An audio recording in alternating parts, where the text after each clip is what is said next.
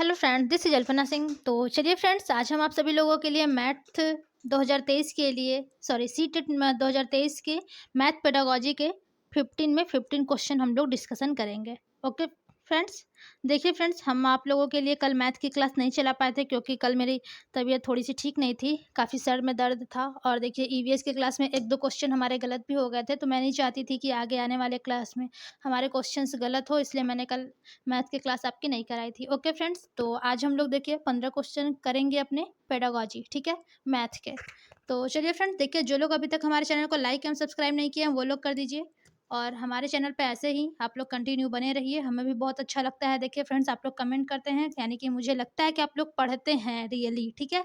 और देखिए बहुत ही कम समय बचा है आप लोगों के लिए, तो कंटिन्यू आप लोग ऐसे ही बने रहिए। और प्रैक्टिस पेपर जो भी आपके हैं, क्वेश्चन सॉल्व पेपर हैं, आप लोग करते रहिए। और कंटिन्यू आपको लोग यूट्यूब पे भी बने रहिए, आपको जिससे भी हेल्प मिले, जिसकी भी आपको समझ में आए, ठीक है, सबकी क्लास करिए और पढ़ते रहिए, ठीक है। तो चलिए सबसे पहले हम लोग अपना पहला क्वेश्चन देखते हैं मैथ पेडागोजी के। देखिए फ्रेंड्स, हमारा पहला क्वेश्चन है कि प्राथमिक श्रेणी के बच्चों के लिए सन्निकट एवं अनुमान की समझ निम्नलिखित संकल्पनाओं में से किस संकल्पना के विकास की ओर ले जाती है। ठीक है फ्रेंड्स, यहाँ पर देखिए आपको बताना है कि प्राथमिक श्रेणी के जो बच्चे हैं उनके लिए सन्निकट और अनुमान की समझ निम्नलिखित संकल्पनाओं में से किस संकल्पना के विकास की ओर ले जाएगी। ठीक है फ्रेंड्स, पहला ऑप्शन है यहाँ पर संक्रामिकता, ठीक है, संक्रामिता। और दूसरा है आपका मापना, तीसरा है नमूनों, चौथा है आपका परिकलनों। फिर आपको देखिए फ्रेंड नीचे दिया गया है कि सही विकल्प का चयन कीजिए। ठीक है, तो यहाँ पर देखिए फ्रेंड्स हमारा यहाँ पर देखिए जो आपके प्राथमिक श्रेणी के बच्चे हैं, ठीक है, हम लोग ऐसे फिर से टिक कर लेंगे। जो प्राथमिक श्रेणी के बच्चे हैं फ्रेंड्स, उनमें देखिए संक्रामिता होनी चाहिए, ठीक है, इसकी ओर आपको ले जाती है। और देखिए मापना, ये भी आपका करेक्ट होता है। लेकिन आपका देखिए फ्रेंड्स नमूनों, पैटर्न जो होता है ये प्राथमिक श्रेणी के बच्चों के लिए नहीं होता है, ठीक है। और परिकलन ये भी आपका होता है। तो यहाँ पर देखिए फ्रेंड्स ए, बी और डी करेक्ट ऑप्शन है। तो देखिए आपके कौन से ऑप्शन है फ्रेंड्स, आपके फोर्थ ऑप्शन में है ए, बी और डी। तो सबसे करेक्ट ऑप्शन क्या हो जाएगा फ्रेंड, आपका फोर्थ, ठीक है। चलिए अगला क्वेश्चन देखते हैं फ्रेंड्स। अगला क्वेश्चन है हमारा फ्रेंड्स कि जब एक बच्चे को 568 लिखने के लिए कहा गया तब उसने उसे देखिए क्या लिखा है, 5000, ठीक है, सॉरी 50,067 लिखा है उसने, ठीक है, 50,067 रुपये उसने लिखा है, जबकि उसे कितना लिखने के लिए कहा गया था, 567, ठीक है, ये डबल जीरो उसने एक्स्ट्रा लिख दिया है। तो देखिए उसके आगे क्या लिखा है कि इस त्रुटि का सर्वाधिक उपयुक्त कारण क्या हो सकता है। ठीक है, इस त्रुटि का कारण क्या हो सकता है। लेकिन फ्रेंड्स यहाँ पर केवल कारण नहीं, आपको सर्वाधिक उपयुक्त कारण बताना है, ठीक है। पहला ऑप्शन है फ्रेंड्स यहाँ पर कि बच्चा कक्षा में ध्यान नहीं दे रहा है और एक लापरवाह श्रोता है, ऐसा तो नहीं माना जाएगा फ्रेंड्स। दूसरा है आपका कि बच्चा एक सतर्क श्रोता है किंतु स्थानीय मान की अवधारणा को स्थापित नहीं कर पाया है, ठीक है। और तीसरा ऑप्शन देखिए फ्रेंड्स क्या है कि बच्चा केवल 2 अंक की संख्याएं पहचानता है। देखिए फ्रेंड्स केवल, ये तो बिल्कुल ही आपका नहीं होगा। तीसरा है स्थानीय मान की अवधारणा पढ़ाने में शिक्षक की नाकामी, ठीक है। तो यहाँ पर देखिए फ्रेंड्स सबसे सर्वाधिक जो आपका हो जाएगा वो आपका यही ऑप्शन होगा फ्रेंड्स 2, कि जो बच्चा है सतर्क श्रोता है किंतु स्थानीय मान की अवधारणा को स्थापित नहीं कर पाया है, ठीक है। आपका सबसे करेक्ट ऑप्शन फ्रेंड्स इसका क्या हो जाएगा, ऑप्शन नंबर 2। चलिए अगला क्वेश्चन देखते हैं फ्रेंड्स हमारा क्या है।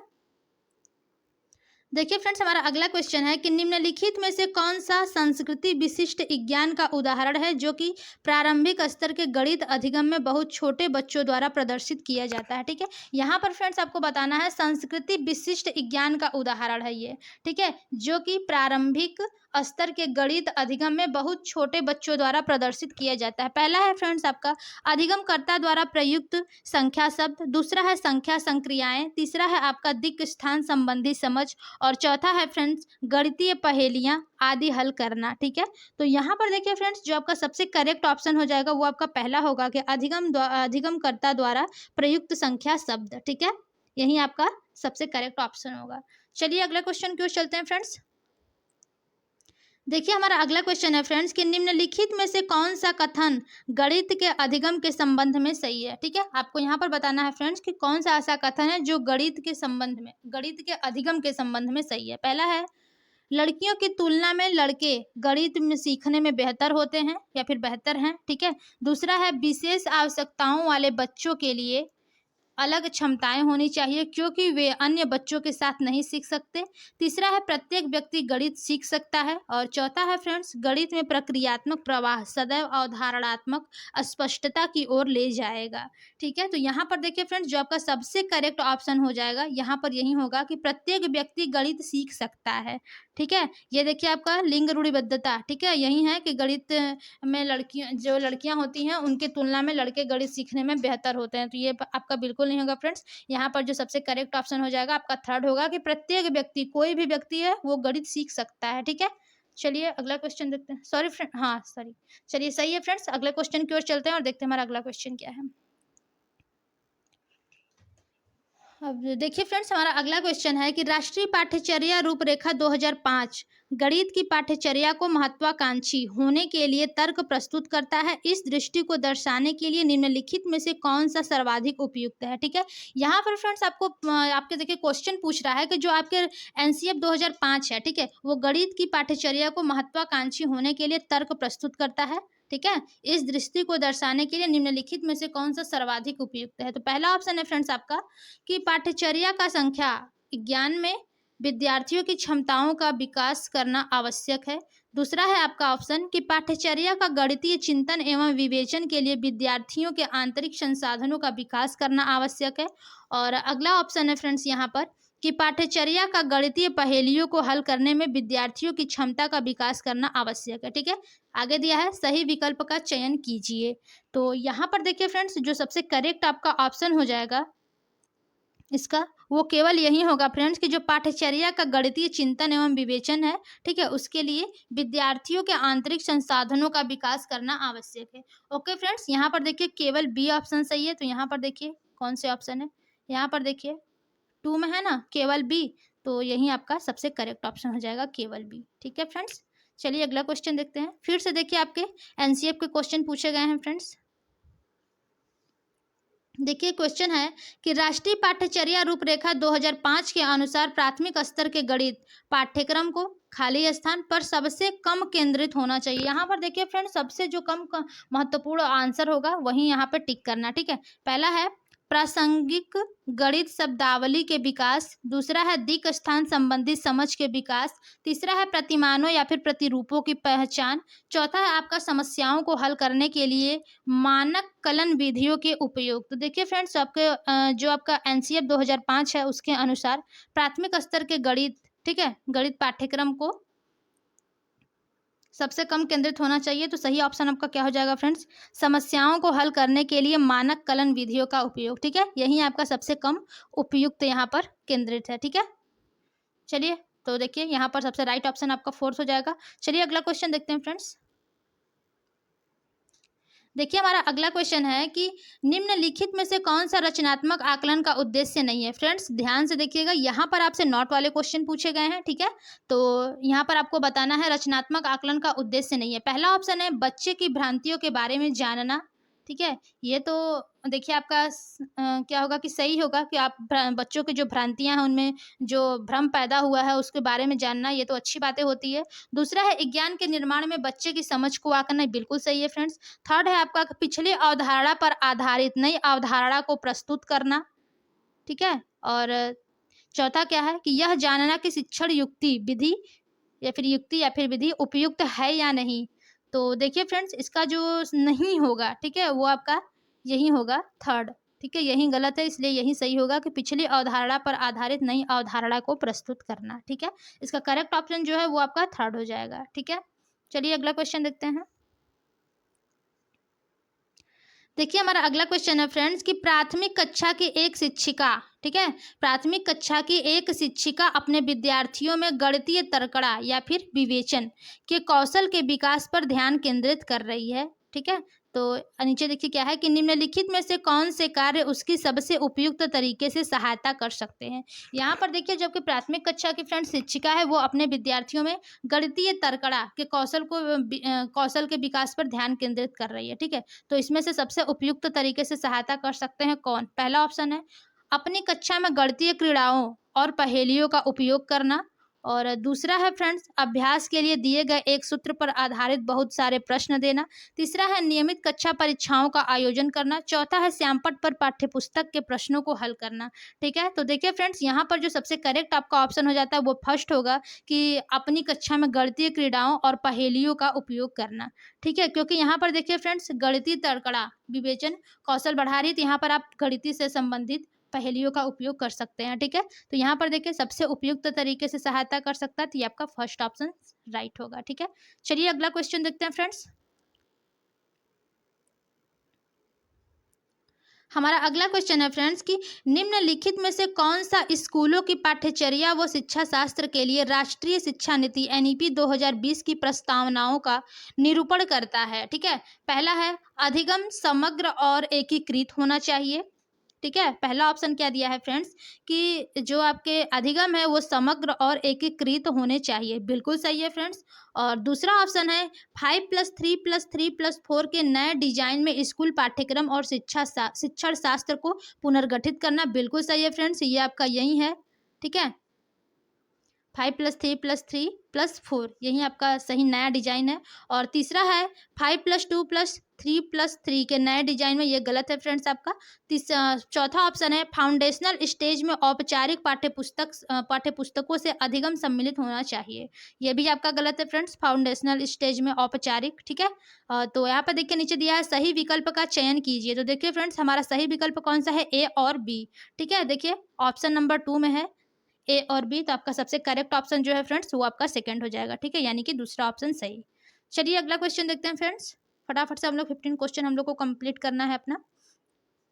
अगला क्वेश्चन है कि एक शिक्षक हस्तकौशल सामग्री जैसे कि ब्लॉक मार्बल इत्यादि का उपयोग गुणन की अवधारणा को विकसित करने के लिए करता है। इस प्रकार के हस्तकौशल सामग्री का उपयोग, पहला ऑप्शन है शिक्षार्थियों में दुविधा या फिर असमंजस उत्पन्न करता है। दूसरा है औपचारिक कलन विधियों को समझने में बाधा डालता है। तीसरा है छोटे बच्चों को खाली समय देता है। चौथा है अवधारणात्मक अधिगम में सहायक होता है। ठीक है, यहाँ पर फ्रेंड्स आपसे पूछा है कि एक शिक्षक जो कि हस्तकौशल सामग्री जैसे कि ब्लॉक मार्बल्स आदि का उपयोग करता है तो गुणन की अवधारणा को विकसित करने के लिए करता है। ठीक है, तो इस प्रकार के हस्तकौशल सामग्री का उपयोग आप किसमें कर सकते हैं, तो इसका देखिए फ्रेंड्स जो सबसे सही ऑप्शन आपका हो जाएगा वो आपका क्या हो जाएगा, अवधारणात्मक अधिगम में सहायक होता है ये। ठीक है, आपका फोर्थ ऑप्शन सही होगा। चलिए फ्रेंड्स अगला क्वेश्चन देखते हैं।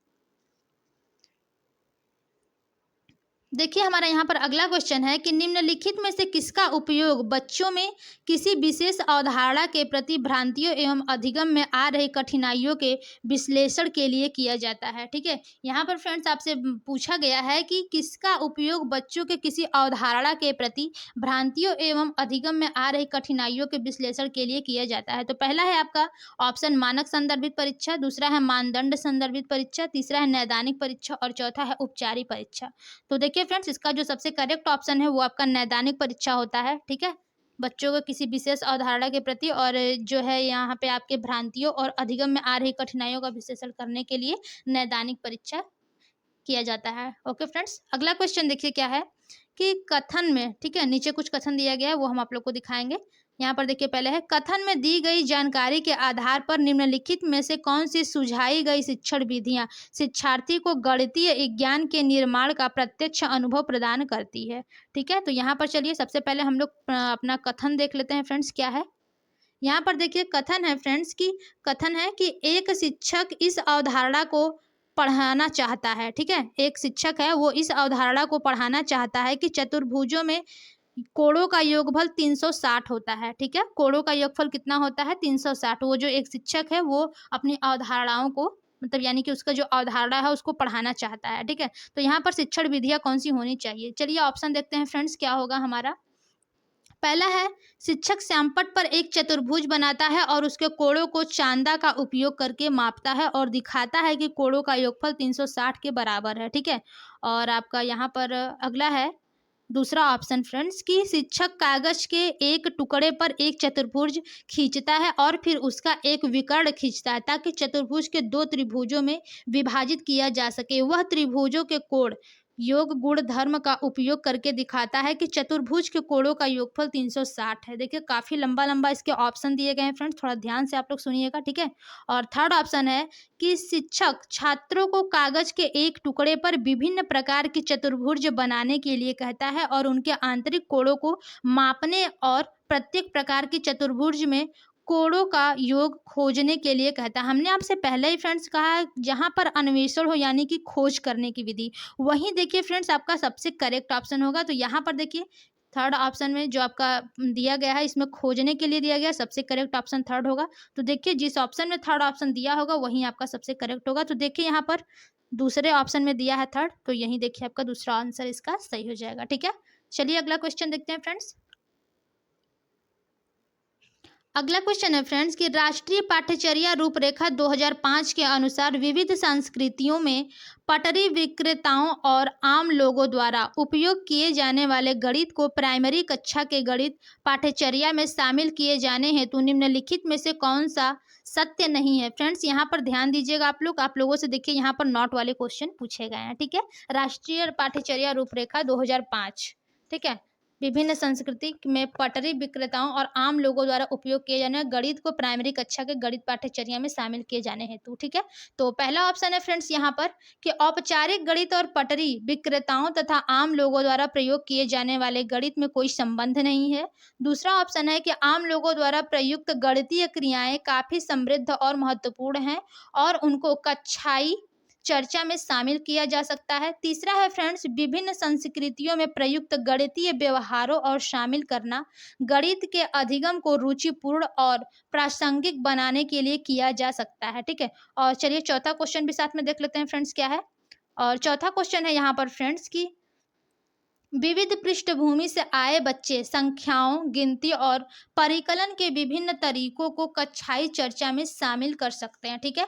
तो यहाँ पर ये बिल्कुल नहीं होगा फ्रेंड्स। यहाँ पर आपका देखिए जो सबसे करेक्ट ऑप्शन है कि एनसीएफ 2005 में, ठीक है, इसके अनुसार जो विविध संस्कृतियों में पटरी विक्रेताओं और आम लोगों द्वारा उपयोग किए जाने जो गणित की प्राइमरी कक्षा के गणित पाठ्यचर्या में शामिल किए जाने हेतु हैं, ठीक है, उनमें से सत्य नहीं है। तो यही आपका पहला ऑप्शन नहीं है, ठीक है, कि औपचारिक गणित और पटरी विक्रेताओं तथा आम लोगों द्वारा प्रयोग किए जाने वाले गणित में कोई संबंध नहीं है, ऐसा बिल्कुल नहीं है, इन दोनों में संबंध होता है। तो देखिए फ्रेंड्स पहला ही ऑप्शन आपका गलत है क्योंकि यहाँ पर पूछा ही नहीं है, तो जो नहीं है वही आपका सही हो जाएगा, ठीक है। चलिए अगला क्वेश्चन देखते हैं फ्रेंड्स। अगला क्वेश्चन है फ्रेंड्स कि जब बच्चों को, ठीक है, जब बच्चों को दो भिन्नों को जोड़ने के लिए कहा जाता है तब एक सामान्य त्रुटि जो गणित का शिक्षक अक्सर पाता है वह यह कि बच्चे अंश को अंश के साथ और हर को हर के साथ जोड़ते हैं। ऐसी त्रुटि का सबसे संभावित कारण क्या हो सकता है, ठीक है। जैसे देखिए कुछ बच्चे होते हैं फ्रेंड्स, वो भिन्नों को जोड़ने के लिए उन्हें अगर कहा जाता है तो वो एक सामान्य त्रुटि करते हैं जो कि गणित के शिक्षक अक्सर पाते हैं, जैसे कि वो अंश को अंश में जोड़ देते हैं और हर को हर के साथ जोड़ देते हैं, ठीक है। तो ऐसी त्रुटि का सबसे संभावित कारण क्या हो सकता है फ्रेंड्स, ये आपको बताना है, ठीक है। पहला ऑप्शन है फ्रेंड्स यहाँ पर लिखित अभ्यास का अभाव, तीसरा है कक्षा में सतर्कता का अभाव, तीसरा है आपका प्राकृतिक संख्याओं के योग से संबंधित बच्चों की पूर्व समझ और चौथा है शिक्षण अधिगम सामग्री की अनुपलब्धता, ठीक है। तो यहाँ पर देखिए फ्रेंड्स जो त्रुटि का सबसे संभावित कारण हो सकता है वो आपका थर्ड हो सकता, हाँ सही है यहाँ पर कि थर्ड हो सकता है कि प्राकृतिक संख्याओं के योग से संबंधित बच्चों की पूर्व समझ, ठीक है, वो अपने पूर्व समझ के आधार पर ही उसको जोड़ रहे हैं, ठीक है। तो यहाँ पर देखिए फ्रेंड्स आपका थर्ड ऑप्शन सही हो जाता है। चलिए अगला क्वेश्चन देखते हैं फ्रेंड्स हमारा क्या है। देखिए हमारा अगला क्वेश्चन है फ्रेंड्स कि निम्नलिखित में से आकलन की कौन सी विधि अधिगमकर्ताओं के बीच गणित में भय और चिंता को कम करने में सहायता करेगी, ठीक है। यहाँ पर फ्रेंड्स आपको बताना है कि आकलन की कौन सी ऐसी विधि है जो अधिगमकर्ताओं के बीच गणित में भय और चिंता को, ठीक है, गणित में भय और चिंता को कम करने में सहायता करेगी। तो पहला ऑप्शन है फ्रेंड्स आपका परियोजना जो कि बिल्कुल सही है, ठीक है, और दूसरा है सहयोगी अधिगम कार्य, ठीक है, ये भी आपका सही है। तीसरा है पेपर पेंसिल टेस्ट, इससे तो बिल्कुल सहायता नहीं हो सकता है फ्रेंड्स। चौथा है आपका योगात्मक आकलन, ये भी आपका गलत है। यहाँ पर दिया है फ्रेंड्स सही विकल्प का चयन कीजिए। तो देखिए फ्रेंड्स ए और बी दोनों ही सही हैं, ठीक है। तो यहाँ पर देखिए कौन से ऑप्शन में, फोर्थ ऑप्शन में है ए और बी। तो देखिए फ्रेंड्स हमारा राइट ऑप्शन जो है वो आपका फोर्थ हो जाएगा, ठीक है। तो चलिए फ्रेंड्स देखिए हमने आपके लिए आज की क्लास में मैथ के 15 क्वेश्चन को कंप्लीट किए हैं जो आपके मैथ पेडागोजी क्वेश्चन थे, ठीक है।